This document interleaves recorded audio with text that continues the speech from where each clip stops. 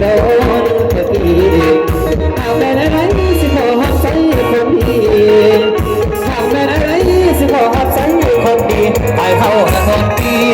ไปซื้อของที่ตลาดเซโน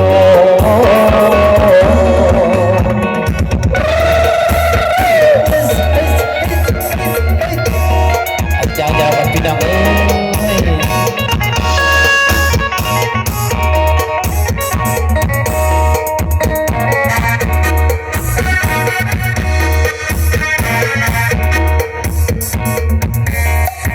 สาว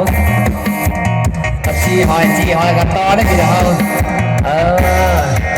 อาจจะว่าจีหอยกันแล้วนะพี่น้อง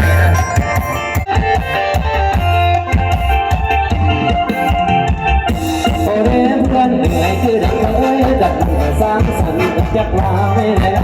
ก็มาดื่มน้ำกันวันนี้กาอยู่หน้าไหนขึ้น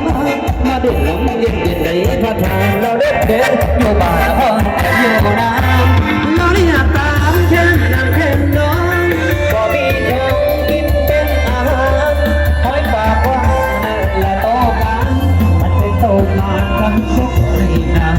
มันเป็นโตมาทั้งสุขในนาไปซอยหอยจีมาแสบมันแล้วไปซอยหอยจีเล่นสุราเย็นมาจักหน่อยถอยทำถอยเอากระถอยเลิกลำเมื่อนี้โอกาสนี้จะมาแก้วตาดอก